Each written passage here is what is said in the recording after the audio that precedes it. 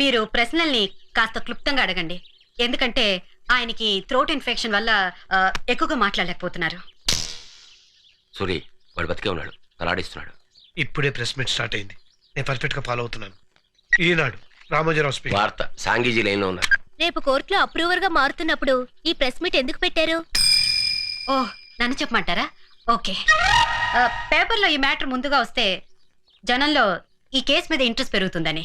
మీరు ఎందుకని అప్రూవర్ గా మారాలనుకుంటున్నారు? ఒక స్వచ్ఛమైన భారతీయుడిగా దేశభక్తి ఎగదన్ని తన తప్పు తాను తెలుసుకుని రియలైజ్ అయ్యాడు. ఆ ఎక్స్ప్రెషన్ చూస్తే తెలియటలా?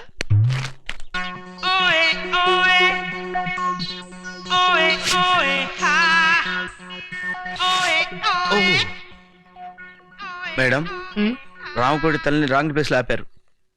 సారీ. అమ్మయ్యా. Yes, sir. రామకోటికి Yes. No, no, no, no, no.